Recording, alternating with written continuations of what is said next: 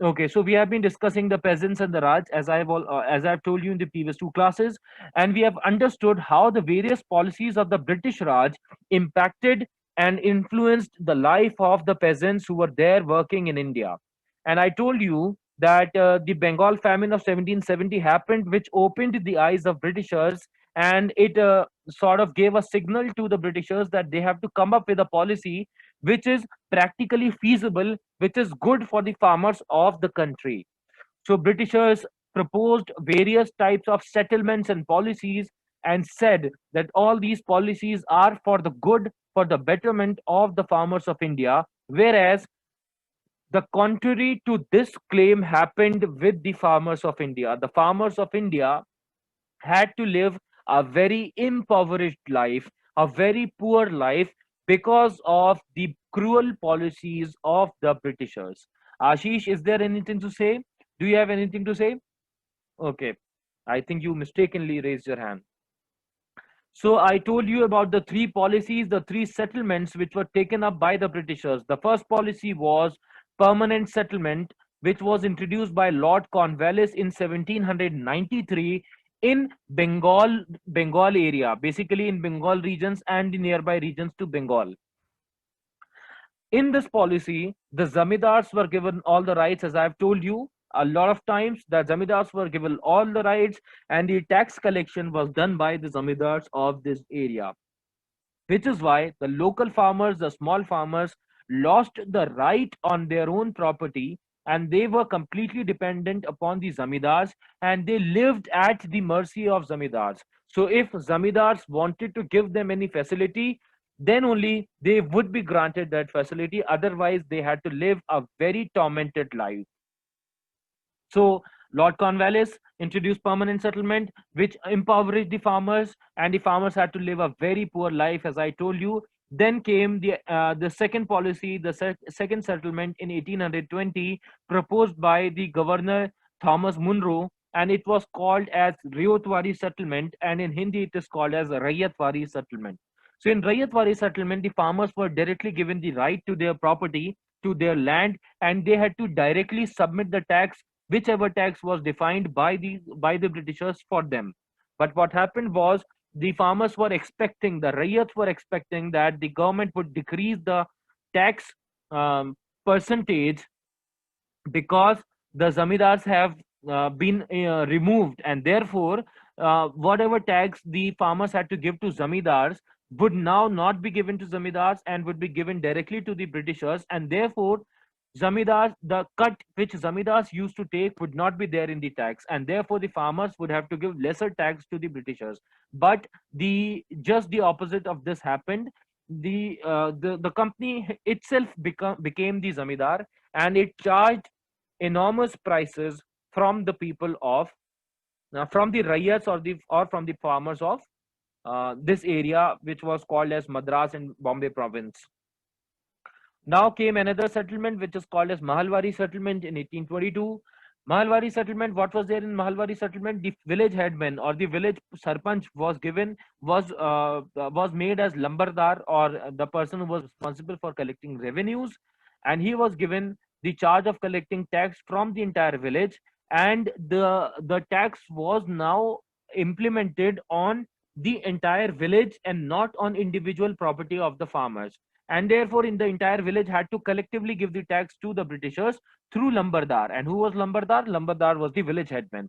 So village headman would go to the farmland of each of the farmers, would measure the farmland, and would decide how much tax has that particular farmer to give, has he to give to the village headman, so that village headman can compile, or can consolidate the entire amount given by all the farmers of that village, and then give that consolidated amount to the Britishers.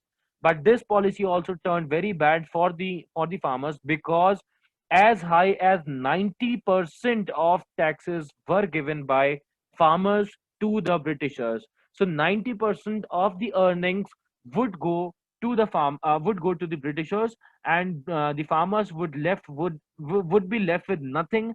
Rather, they would be left with peanuts. I mean, as small money as peanuts. Ananya has a question to ask. Ananya says, sir, which settlement proved to be profitable on behalf of Britishers? So, which settlement was the most profitable for the Britishers? It was certainly it was not the permanent settlement, because in permanent settlement, zamindars used to take cut. Second, in permanent settlement, the tax rate was low in comparison to other two settlements. So, it was not very much profitable. Now comes the second part, the Rayatwari settlement and the Mahalwari settlement. So the most suitable for them was this Mahalwari settlement, and the reason was that in Mahalwari settlement it was the Lambardar who was responsible for collecting taxes. So there was one authority which was the most responsible, who had to collect tax. Second, the tax rate was also very high in this time in Mahalwari settlement. So it turned out to be very profitable for the Britishers. But these three settlements were equally damaging and bad for the local farmers, and the farmers had to live a very poor life because of the policy of the Britishers. Now, let us come to the point where we understood what was the impact of these policies on the farmers and agriculture.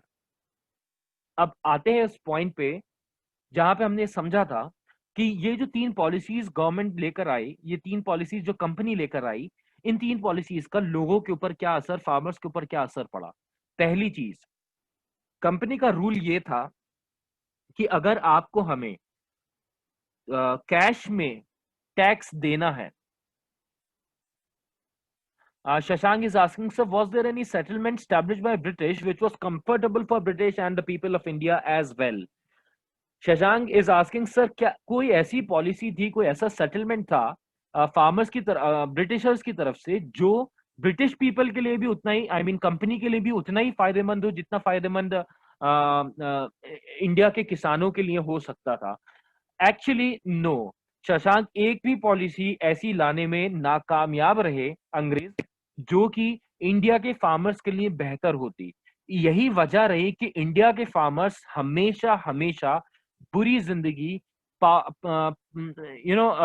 Poor life and powerless life जी रहे थे, और इसी वजह से India के farmers की स्थिति बहुत ज्यादा खराब हो गई और बहुत सारी सुसाइड्स होने लगी, बहुत सारी जगहों पर सूखा पड़ा, बहुत सारी जगहों पर भूखमरी आ गई, और ये इंडिया के फार्मर्स के साथ बहुत बुरी तरीके से हुआ। अगर अच्छी पॉलिसीज होती तो शायद शायद इंडिया के फार्मर्स का कुछ भला हो जाता। आर्यन, आपके सवाल को मैं यहाँ पढ़ूंगा नहीं, क्योंकि आपके सवाल का जवाब भी अभी आज की क्लास में आने वाला है। आपने बिल्कुल सही सवाल किया है। अब इसका नतीजा क्या हुआ, देखिए कंपनी क्या कहती थी, कंपनी की एक शर्त थी।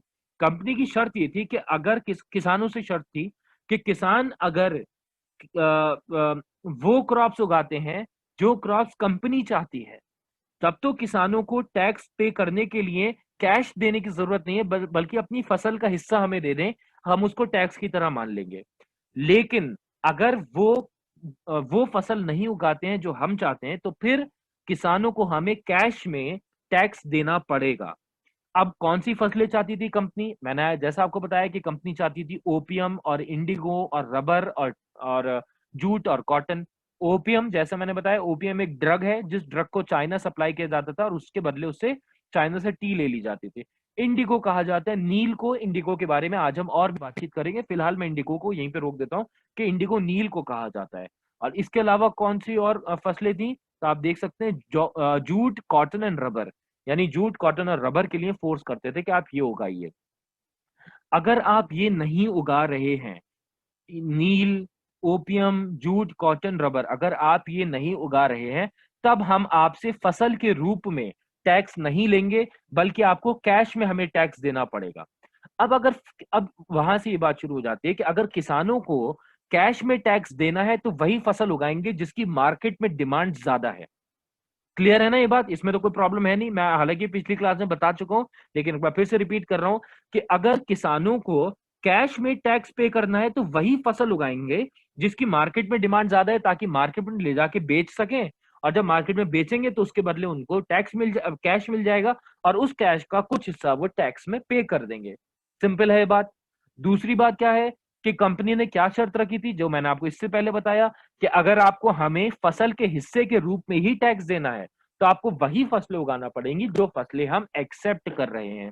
यानी कि क्या हो गया, जबरदस्ती वाली खेती, जबरदस्ती खेती करवाई जाने लगी, फोर्स्ड कल्टीवेशन जिसे कहा जाता है। पॉइंट समझ गए? तीसरी प्रॉब्लम क्या थी? तीसरी प्रॉब्लम ये थी कि अगर किसान किसी भी सूरत में, किसी भी स्थिति में टैक्स पे नहीं कर पा रहे हैं तो उनकी जमीन को सेलेबल कमोडिटी बना दिया गया था। सेलेबल कमोडिटी का मतलब क्या होता है? सेलेबल का मतलब होता है जो बेची जा सके। अभी तक जमीन जो थी वो किसानों की अपनी प्रॉपर्टी कहलाया करती थी।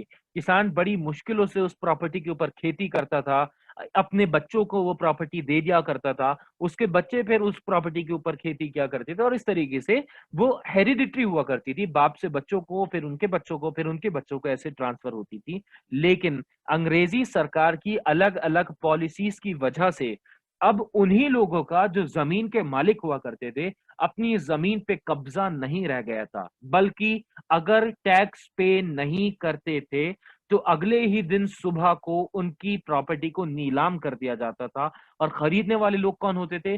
खरीदने वाले लोग होते थे मनी लेंडर्स, बड़े बड़े बैंकर्स और बड़े बड़े रिच मर्चेंट्स, जो बहुत पैसे वाले मर्चेंट्स हुआ करते थे। यानी किसान की प्रॉपर्टी, जो असली मेहनत करता था जमीन पे, उसकी प्रॉपर्टी उससे छीनी जा रही थी और अमीर लोगों के हाथ में जाती जा रही थी। मुझे लगता है ये आपको 3 पॉइंट्स क्लियर हो चुके होंगे। पहली चीज मैंने आपको बताया कि कैश क्रॉप्स की फसल बढ़ने लगी। कैश क्रॉप्स उन फसलों को कहा जाता है जो मार्केट में जल्दी से बेची जा सकती हैं, और मार्केट में वही चीजें बिकती हैं जो फैक्ट्री में इस्तेमाल करी जाती थी। आप इस बात को समझिए कि हम अभी तक जो भी बातें समझने की कोशिश कर रहे हैं, ये वो बातें हैं। शशांक, आपके सवाल का जवाब दूंगा, मुझे अपनी बात पूरी करने दीजिए। ये वो बातें हैं जो आज से लगभग 250 साल पहले हुई थी। तो अगर मैं आपको कोई भी बात समझाने की कोशिश करूं तो आपको 250 साल पहले जाना पड़ेगा, और उस समय क्या स्थिति होती थी, उस समय किस तरीके की जिंदगी हुआ करती होगी, उसको समझना जरूरी हो जाएगा।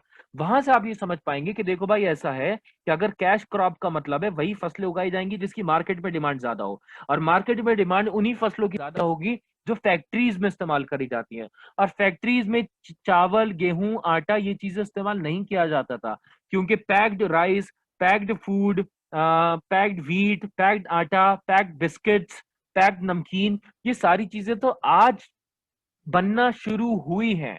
ये सारी चीजें तो आज बनती है ना, आई मीन आज से 100 साल पहले से बनना शुरू हुई है।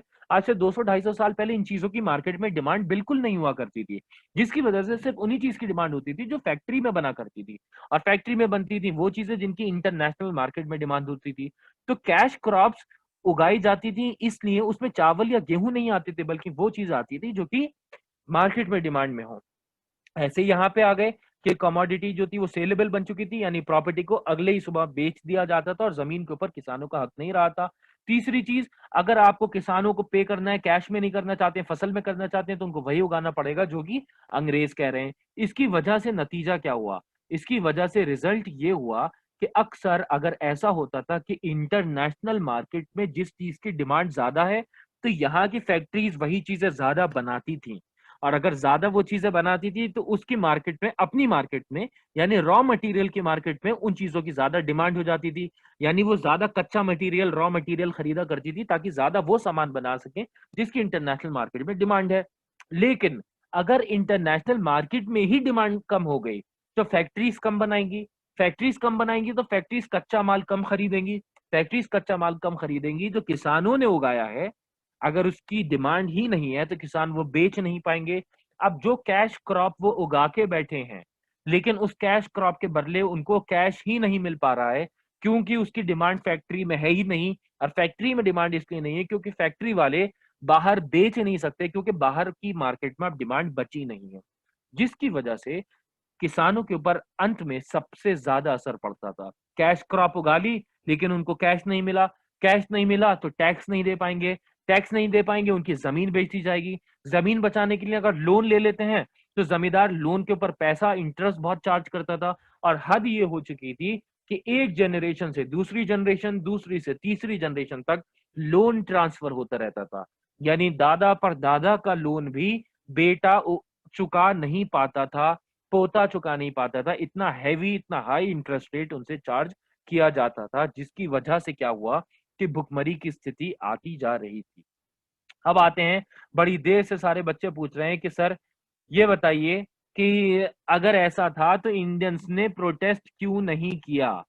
तो आपकी बात पूरी तरीके से लाइए यहाँ पे सही हो गई, और शुरू हो गया इंडिगो रिवोल्ट, यानी कि हिंदी में, बल्कि बंगाली में उसे कहा जाता है नील विद्रोह। यानी नील के किसानों ने, नील उगाने वाले किसानों ने विद्रोह कर दिया। विद्रोह एक्चुअली बंगाली में, हिंदी शब्द विद्रोह को कहा जाता है। तो विद्रोह जो है वो बंगाली में बन जाता है विद्रोह, और इस तरीके से नील विद्रोह स्टार्ट हुआ, यानी इंडिगो रिवोल्ट स्टार्ट हुआ। नील विद्रोह एक हिंदी का वर्ड है, आई मीन बंगाली वर्ड है, और हिंदी में नील विद्रोह हो जाएगा वो। अब समझते हैं ये क्या चीज है, क्या बला है ये इंडिगो, इंडिगो नील, जिसके बारे में इतनी देर से सर बात करते जा रहे हैं। लेकिन ये है क्या प्रॉब्लम, और इसको उगाने में किसानों को क्या प्रॉब्लम थी, उगा लेते, मसला क्या है। तो इसके दो तीन मसले हैं जिसके बारे में हम बातचीत करेंगे। पहले तो समझ लें इंडिगो है क्या। देखिए इंडिगो जो है वो नील को कहा जाता है। और आप कहेंगे सर नील तो इतनी कॉमन सी चीज है, उसके लिए क्या इतनी लड़ाइयां होना। लेकिन जैसा मैंने आपको बताया कि आपको 250 साल पहले जाना पड़ेगा। 250 साल पहले क्या हो रहा था उसको समझते हैं, आइए। मैं स्क्रीन स्टॉप करता हूं, वापस से शेयर करता हूं, और ये जो है आपकी स्क्रीन पे अब एक मैप नजर आ रहा होगा, इस मैप को देख लेते हैं। ये वर्ल्ड मैप है, आपको क्लियर दिख रहा होगा, ये वर्ल्ड मैप है। अब ये है यूरोप, ये यूरोप कॉन्टिनेंट है। यूरोप में 1780s के आसपास इंडस्ट्रियलाइजेशन तेजी के साथ होने लगा। इंडस्ट्रियलाइजेशन का मतलब है यहाँ पे भी पहले जैसे बाकी की दुनिया में था वैसे यहाँ पे था, कि यहाँ पे लोग हाथ से काम किया करते थे, हाथ से कपड़े बनाए जाते थे, हाथ से चीजें बनाई जाती थी। लेकिन फिर हल्के हल्के हल्के करके यूरोप के साइंटिस्ट, यूरोप के इंजीनियर्स ने मशीनें बनाना शुरू कर दी। जब मशीनें बन गई तो मशीनों की वजह से यहाँ पे फैक्ट्रीज खुलने लगी। और जब फैक्ट्रीज खुलने लगी तो फैक्ट्रीज को हम इंडस्ट्रीज कहते हैं, तो बड़ी बड़ी इंडस्ट्रीज खुलने लगी। और यहाँ पे इंडस्ट्रियलाइजेशन यूरोप के अलग अलग कंट्रीज में बहुत तेजी के साथ फैलने लगा। यानी बहुत बड़ी बड़ी फैक्ट्रीज खुलने लगी, बहुत बड़ी बड़ी इंडस्ट्रीज खुलने लगी, और अब मशीनों से काम होने लगा। जब मशीनों से, देखिए इंसान जो काम 1 घंटे में करता है, वही मशीन वो काम 5 मिनट में कर देती है।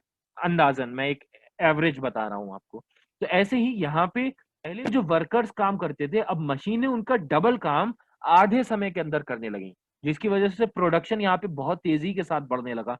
यहाँ पे अलग अलग चीजों को बहुत तेजी के साथ प्रोड्यूस किया जाने लगा। जिसमें से सबसे ज्यादा जो फला फूला वो था कपड़े का व्यापार। कपड़े का व्यापार यानी कॉटन का व्यापार। आई मीन कपड़ों का व्यापार को मीनिंग क्या समझाना, कपड़े का व्यापार मतलब कपड़े का व्यापार। कपड़े के व्यापार से असर क्या पड़ा, जब कपड़ा बनाया जाएगा तो कपड़े के ऊपर प्रिंट किए जाएंगे, और जब कपड़े के ऊपर प्रिंट किए जाएंगे तो उसके लिए प्रिंट करने के लिए डाई की जरूरत पड़ेगी, और वही डाई कहलाती थी इंडिगो। इंडिगो में एक नील भी एक डाई है, ठीक है, अलग अलग तरीके की डाई होती है, उसमें से नील एक डाई है। अब इंडिगो की डिमांड बहुत ज्यादा तेजी के साथ बढ़ने लगी इन जगहों पर। ठीक है, इंडिगो की डिमांड बहुत तेजी के साथ बढ़ने लगी। इंडिगो दुनिया के अलग अलग जगहों पे उगाया जाता था। अगर आप देख सकते हैं जहां पे मेरा इस समय पर कर्सर है, ये जो आइलैंड जैसा आपको दिख रहा है यहाँ पे, ये है ब्रिटेन। ठीक है, ब्रिटेन का ही कब्जा हमारे ऊपर था, पूरे इंडिया के ऊपर। ब्रिटेन के ही कंपनी का कब्जा अमेरिका के ऊपर था, अमेरिका के इस वाले हिस्से पे, सिर्फ इस वाले हिस्से पे, अंदर वाले हिस्से की बात नहीं कर रहा हूँ, इस वाले हिस्से की बात कर रहा हूँ। अब क्या था, ब्रिटेन जो था वो अपना सारा नील का सप्लाई यहां से लिया करता था। लेकिन 1776 में यूएसए ने अपने आप को आजाद कर लिया, और वो बन गया यूएसए, यानी यूनाइटेड स्टेट्स ऑफ अमेरिका। और इसने अपने आप को आजाद कर लिया, यानी ये आजाद हो गया। अब जितनी भी इंडिगो की सप्लाई यहाँ पे हुआ करती थी, वो सारी सप्लाई अब अमेरिका ने बंद कर दी। यानी अब यहां से कोई भी सप्लाई नहीं दी जाएगी इंडिगो की। तो अब ब्रिटिशर्स ने अब यहीं पे लोकली जो नील उगाया जाता था यूरोप के अंदर, उसकी उससे प्रिंट करना शुरू कर दिए कपड़े।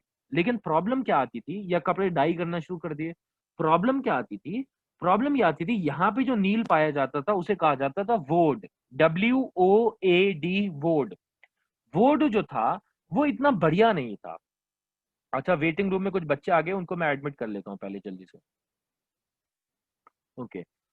वोड जो था वो इतने अच्छे टाइप का नील नहीं था, क्योंकि वोड से जब कलर करते थे, डाई करते थे, तो एकदम ब्राइट कलर नहीं आता था, बहुत डल कलर आता था, जिसकी वजह से दुनिया के अलग अलग जगहों पर नील की डिमांड तो बढ़ गई, लेकिन नील बेचने वाले लोग कम थे, और यहाँ पे जो नील उगाया जा रहा था वो अच्छी क्वालिटी का नहीं था। और दुनिया में सबसे अच्छी क्वालिटी का यूएसए के अलावा कहीं पे नील था, तो वो था इंडिया के बंगाल रीजन का। सिर्फ बंगाल रीजन का नील, यानी बंगाल रीजन का इंडिगो सबसे अच्छा माना जाता था। इसीलिए अंग्रेज ये चाहते थे कि यहाँ पे कोई भी जो और तरह की खेती हो रही है, चावल की, अनाज की, किसी भी चीज की खेती हो रही है, जो किसान अपने गुजारे के लिए फसल उगाया करते थे, उस सबको कैंसिल करो और यहाँ पे इंडिगो को ज्यादा से ज्यादा उगाना शुरू कर दो। जिसकी वजह से दो चीजें हुई। पहली चीज क्या हुई कि यहाँ के जो लोकल जमींदार थे, उन जमींदारों ने कहा कि भाई, अपने किसानों से कहा कि तुम अब नील की खेती करोगे। इसी तरीके से जो अंग्रेज जमींदार होते थे, देखो, जो हिंदुस्तानी लोग होते थे जो जमींदार होते थे उनको जमींदार कहा जाता था, और वो अंग्रेज जो कि ब्रिटेन से आए और आने के बाद उन्होंने यहाँ पे रहना शुरू कर दिया और यहाँ पे बड़ी बड़ी जमीनें खरीद ली, वो कहलाते थे प्लांटर्स। क्या कहलाते थे? प्लांटर्स। अब वापस चलते हैं, काब इसे बंद कीजिए अपनी वीडियो को। अब वापस चलते हैं अपनी जो है वो बुक की तरफ, और बुक में आकर के देखेंगे आ, इधर बुक में आके देखते हैं, दो सिस्टम फॉलो किए गए इंडिगो उगाने के लिए। पहला सिस्टम था निज सिस्टम। निज सिस्टम क्या था वो समझ लेते हैं। ऐसा था कि नील की खेती, तो अब आप समझ गए कि भाई नील की खेती क्यों इतनी ज्यादा इंपॉर्टेंट थी और बंगाल के ऊपर इतना फोकस क्यों आ चुका था, क्योंकि दुनिया के सारे कंट्रीज में बंगाल ही अब ऐसा कंट्री बचा था जहां पे, बंगाल ही एक ऐसा एरिया बचा था जहां पे सस्ते में दुनिया का बेस्ट क्वालिटी का नील उगाया जा सकता था। सस्ते में क्यों कह रहा हूं मैं? क्योंकि और जगहों पर जहां पर नील उगाया जा रहा था, वहां पे या तो क्वालिटी अच्छी नहीं थी, और अगर क्वालिटी अच्छी थी तो उसका प्राइस बहुत हाई था, क्योंकि वहां पे लेबर की कॉस्ट बहुत हाई थी। लेकिन इंडिया में मजदूरों के ऊपर मजदूरी कम दी जाती थी, या मजदूरों से जबरदस्ती उगाया जाता था, इसलिए नील की कॉस्ट कम होती थी, और उस नील को फिर ब्रिटिशर्स बाहर की मार्केट में, पूरे यूरोप में ले जाकर के बेच दिया करते थे। तो अब क्या हुआ, यहाँ पे जो प्लांटर्स थे, यानी वो जमींदार जिनके पास बहुत, अंग्रेज जमींदार जिनके पास बहुत सारी जमीन है, उन्होंने सोचा कि लाओ भाई, अपनी जमीन पे हम नील की खेती उगाना शुरू करें। यानी प्लांटर्स ने कहा, लाओ भाई, अपनी जो जमीन है, बड़ी बड़ी जो जमीन हमने खरीद रखी है, उस पे हम अपने आप नील की खेती उगाते हैं, और अपने आप जब हम खेती उगाएंगे तो अपने आप हम कंपनी को बेच देंगे, तो हमें बहुत सारा पैसा मिल जाएगा। लेकिन ये आइडिया फ्लॉप हो गया। पहले यही आइडिया शुरू हुआ था, लेकिन ये आइडिया फ्लॉप हो गया, क्योंकि प्लांटर्स अपने आप अपने एरिया में नहीं उगा पा रहे थे। उसके दो तीन वजह थी। क्या वजह थी? पहली वजह ये थी कि जो जमीन उनके पास थी, वो जमीन या तो बहुत ज्यादा फर्टाइल लैंड नहीं थी, और अगर फर्टाइल लैंड उनके पास थी तो वहां पे लोग पहले से ही रहा करते थे, इस वजह से वो उनको नहीं हटा पा रहे थे। दूसरी बात क्या हुई? दूसरा ये हुआ कि भाई, अगर अपनी जमीन है भी तो उसमें खेती करने के लिए तो लेबर ही चाहिए ना। लेकिन लेबर जो थी वो अपने खेत में खेती करने में लगी हुई हुआ करती थी, इसलिए उसके पास इतना टाइम होता नहीं था कि नील की खेती के लिए प्लांटर की लैंड पे आकर के खेती कर दे। तीसरी चीज, अगर कोई भी औजार वगैरह चाहिए होते थे, हल चाहिए होते थे, बैल चाहिए होते थे फसल को जोतने के लिए, तो हल, बैल, औजार, ये सारी चीजें नहीं मिल पाती थी, क्योंकि ये सारी चीजें इंडिया के लोकल फार्मर्स के पास होती थी, और लोकल फार्मर्स अपनी खेती करने में बिजी हुआ करते थे। इस वजह से प्लांटर्स का जो ख्वाब था कि अपने आप अपनी जमीन पर उगाएंगे नील और कंपनी को बेच देंगे और खूब सारा पैसा कमाएंगे, उनका वो ख्वाब चकनाचूर होने लगा, क्योंकि इंडिया के फार्मर्स के पास ना टाइम था, और प्लांटर्स के पास इतनी रिसोर्सेज, इतनी खेती वगैरह नहीं थी कि वो उगा सकें। आदित्य, आपकी बार बार वीडियो ऑन हो जाती है, और ये एक बार या दो बार नहीं है, कम से कम हर क्लास में 5-6 बार होती है, तो इस बात का ध्यान रखा कीजिए। जिसकी वजह से ये जो सिस्टम था, निज वाला सिस्टम, ये तो हो गया फेल। और दूसरा सिस्टम अब कंपनी ने अपनी तरफ से शुरू कर दिया, जिसे कहा जाने लगा रैयत मेथड ऑफ कल्टीवेशन। अब देखिए, परेशान मत होना, कंफ्यूज मत होना। रैयत सेटलमेंट अलग था, जो कि मद्रास वाले एरिया में शुरू हुआ था। मैंने बताया था मद्रास प्रेसिडेंसी और बॉम्बे प्रेसिडेंसी में शुरू हुआ था। और रैयत मेथड ऑफ कल्टीवेशन ये था जो बंगाल वाले एरिया में, बिहार वाले एरिया में, यानी बंगाल रीजन जो पूरा, मैंने उस दिन आपको एक्सप्लेन किया था बंगाल रीजन में कौन कौन सी जमीन आती है, तो बंगाल रीजन में रैयत मेथड यूज किया जा रहा था। ये क्या था? देखो, ऐसा है, जब निज सिस्टम फेल हो गया, जब निज कल्टीवेशन फेल हो गया, प्लांटर्स अपनी जमीन पर नहीं उगा पाए, तब क्या हुआ, अंग्रेजी सरकार ने एक पॉलिसी शुरू करी। अंग्रेजी सरकार ने कहा कि देखो भाई, ऐसा है, सारे फार्मर्स को बुलाया, कहा देखो भाई तुम गरीब हो। तो फार्मर्स ने कहा जी हाँ गरीब हैं। उन्होंने कहा देखो तुम्हें हम एक मौका देते हैं पैसा कमाने का। उन्होंने कहा जी बताइए कैसा मौका। मौका यह है कि हम तुम्हें लोन देंगे, आपको अपनी जमीन के, अपनी खेत के पूरे हिस्से पर तो नहीं लेकिन कुछ हिस्से पर, यानी 25% लैंड पर, आपके पास जितनी भी जमीन है उसकी 25% हिस्से पर, यानी अगर आपके पास खेत है तो उस खेत के एक चौथाई हिस्से पर आपको नील उगाना पड़ेगा। और उसके लिए, वो उगाने के लिए हम आपको पैसा देंगे, हम आपको लोन देंगे, आप हमसे लोन लीजिए, आप अपने यहाँ फसल उगाइए, और उगाने के बाद वही फसल आपको हमें ही बेचना पड़ेगी। आप हमें वो फसल बेच दीजिए और हम आपको, आपको भी फायदा हो जाएगा। क्या फायदा हो जाएगा कि आपकी अगर मान लीजिए दूसरी फसल नहीं बिक पाती है, बर्बाद हो जाती है, कोई भी चीज होती है, नील तो हम आपसे खरीद लेंगे और हम उसके बदले आपको पैसे दे देंगे। तो किसानों ने खुश हो गए, किसानों ने ले लिया पैसा। लोन ले तो लिया, लेकिन जब लोन ले लिया और जब उसको रीपे करने की बारी आई तो अंग्रेजी सरकार ने कहा कि फिक्स रेट पर हम आपसे वापस लेंगे नील। यानी नील की मार्केट में अगर मान लीजिए 100 रुपए किलो है मार्केट में नील, तो अंग्रेजों ने कहा कि हम आपसे 30 रुपए किलो लेंगे, इससे ज्यादा में नहीं लेंगे। अब लोन ऑलरेडी ले चुके थे किसान, अगर किसान नील पे नहीं करेंगे, नील के बैग नहीं देंगे किसान अंग्रेजों को यानी कंपनी को, तो कंपनी कहती थी कि ठीक है आप मत बेचिए हमें, लेकिन आप हमें पैसे दीजिए फिर हमारे। अब पैसे कहाँ से दें? पैसे तो तब देंगे कि जब उनके पास इतना पैसा हो। तो ऊपर से अगर वो पैसा ना, अगर वो इंडिगो इनको ना दें, नील इनको ना दें, तो कंपनी जो थी वो अपने गुंडे भेज दिया करती थी, उनके ऊपर जुल्म क्या करती थी। तो किसान गरीब बहुत थे, उनको डर बहुत ज्यादा लगा करता था। हद ये हुई, इसका नतीजा ये हुआ कि तीन तीन चीजें हुए। वो तीन चीजें क्या हुई, वो यहाँ पे दी हुई है। पहली चीज, किसानों को उनके नील का बहुत ज्यादा कम पैसा मिलने लगा, बहुत ज्यादा कम प्राइस मिला। जब कम प्राइस मिला तो वो अपने लोन को पे बैक नहीं कर पाते थे, जिसकी वजह से वो फिर जमींदार से पैसा या मनी लेंडर से पैसा लेके कंपनी को टैक्स दे दिया करते थे, और फिर जमींदारों के चुंगल में फंस जाया करते थे, और जमींदार उनकी जमीन, उनकी प्रॉपर्टी को हड़प लिया करते थे, या उनके परिवार के ऊपर, उनके ऊपर जुल्म किया करते थे, उनसे बदतमीजी किया करते थे और उनसे जबरदस्ती काम करवाया करते थे। दूसरी प्रॉब्लम क्या थी, इंडिगो क्यों नहीं उगाना चाहते थे किसान? उसकी वजह ये थी कि इंडिगो यानी नील जो है, उसकी जड़ें बहुत बड़ी हुआ करती थी और जमीन के काफी अंदर तक जड़ें घुस जाती थी, और इस वजह से जमीन के अंदर तक की न्यूट्रिशन, जितने भी मिनरल्स और न्यूट्रिएंट्स हैं, वो सारे न्यूट्रिएंट्स और मिनरल्स खींच लिया करता था नील, जिसकी वजह से मिट्टी की फर्टिलिटी कम हो जाती थी। और जब मिट्टी की फर्टिलिटी कम हो जाती थी, तो जब किसान अपने लिए अपनी फसल उगाना चाहता था तो वो उगा नहीं पाता था, क्योंकि मिट्टी की फर्टिलिटी खराब हो चुकी थी, खत्म हो चुकी थी। तीसरा, जो ये प्लांटर्स हैं या कंपनी है, दो अगर पैसे देते थे किसानों को, तो पैसे देते तो बहुत कम थे, जैसा उन्होंने लालच दिया था कि हम आपको पैसा देंगे। लोन तो बहुत कम दिया करते थे, लेकिन जबरदस्ती उनके ऊपर जुल्म करते थे कि तुमने लोन लिया है तो इंडिगो उगाओ। और अगर 25% जमीन के लिए लोन देते थे, उगवा लिया करते थे पूरी जमीन के ऊपर नील। और अगर नहीं उगाते थे तो वो अपने साथ जो ये प्लांटर्स थे, यानी जैसा मैंने आपको बताया अंग्रेज जमींदार थे या कंपनी अपने आप, ये लोग लठियाल रखा करते थे अपने साथ।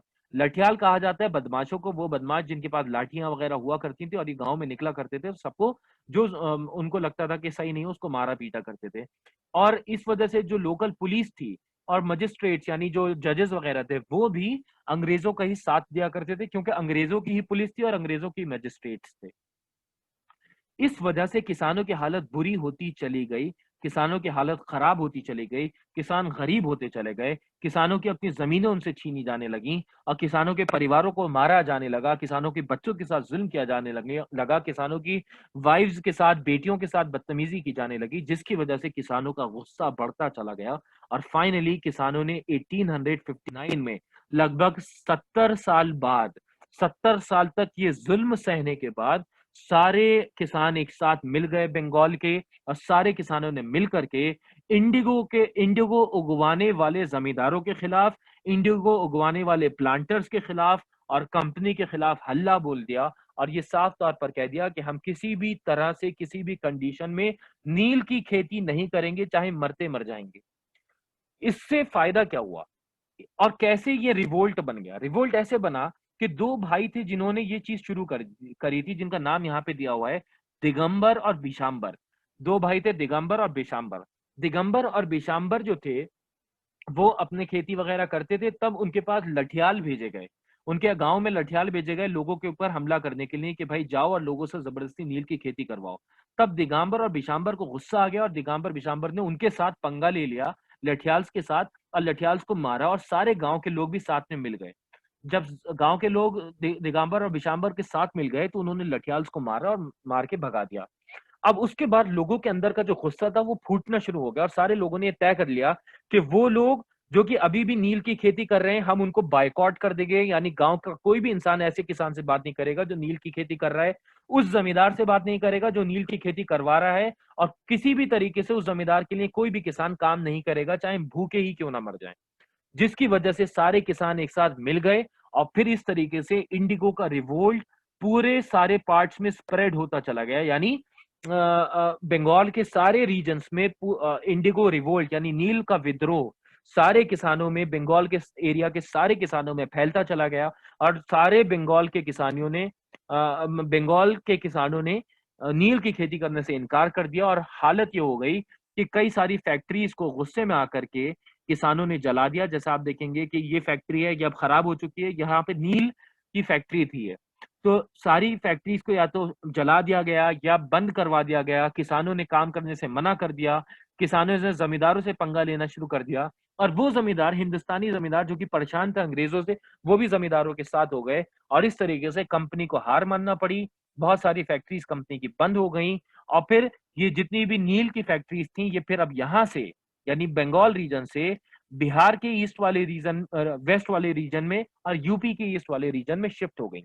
बिहार का वेस्ट वाला रीजन और यूपी का ईस्ट वाला रीजन आपको देखना पड़ेगा मैप में, वहां पे शिफ्ट हो गई और बंगाल से वो सारी फैक्ट्रीज बाहर कर दी गई। फिर बाद में ये सारा जुल्म जो था वो बिहार के किसानों के ऊपर शुरू हो गया।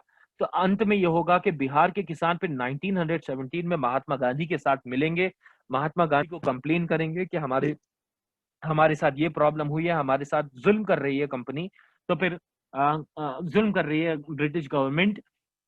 तो फिर महात्मा गांधी उन सारे किसानों को यूनाइट करेंगे और यूनाइट करने के बाद आजादी की पहली लड़ाई छेड़ दी जाएगी। और फिर फाइनली आजादी की लड़ाई जो यहाँ से 1917 से शुरू हुई थी चंपारण नाम की जगह से बिहार के, वो होते होते होते होते पूरे देश में फैल जाएगी और पूरा देश 1947 में आजाद हो जाएगा।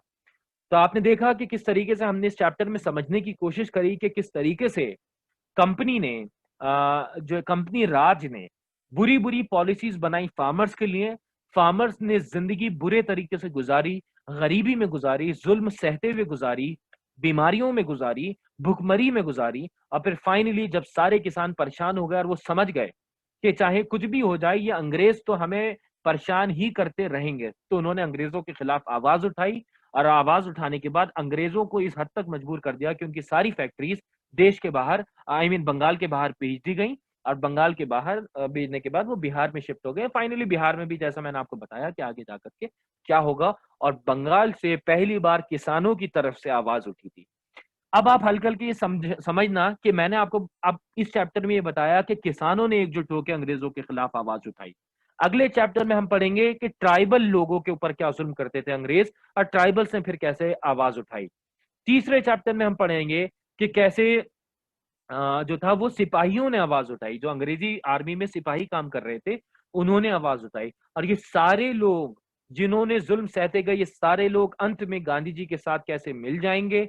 और खाली गांधी जी नहीं बल्कि गांधी जी के साथ साथ बहुत सारे नेता, चाहे शहीद भगत सिंह हो, चाहे नेताजी सुभाष चंद्र बोस हो, चाहे सरदार वल्लभ भाई पटेल हो, चाहे अशफाक उल्लाह खान हो, चाहे मोहम्मद अली जौहर हो, इन सारे, या चाहे जवाहरलाल नेहरू हो, इन सारे लोगों के साथ मिलके कैसे हमारा देश के अलग अलग लोग, चाहे किसान, चाहे ट्राइबल्स, चाहे सिपाही, ये सब मिलके कैसे हमारे देश को आजाद कराने का काम करेंगे। तो मुझे उम्मीद है कि आपको ये बात समझ में आ चुकी होगी। 1 मिनट से भी कम का समय बचा है, 30 सेकंड बचे हैं। अगर आप लोग कुछ पूछना चाहते हैं मुझसे तो एक बार मीटिंग रीज्वाइन कर लीजिए। सिर्फ वही बच्चे रीज्वाइन कीजिए जिनको मुझसे कुछ सवाल पूछना है इस चैप्टर से रिलेटेड। आपका ये चैप्टर पूरा हो चुका है। अपने सवाल कॉपी कर लीजिए और दोबारा से इन सवालों को मुझसे पूछ लीजिए जब मैं मीटिंग रीज्वाइन कर रहा हूँ। अभी रीज्वाइन कर रहा हूँ, आप सब लोग रीज्वाइन कर लीजिए, मैं अभी रीस्टार्ट कर रहा हूँ मीटिंग को।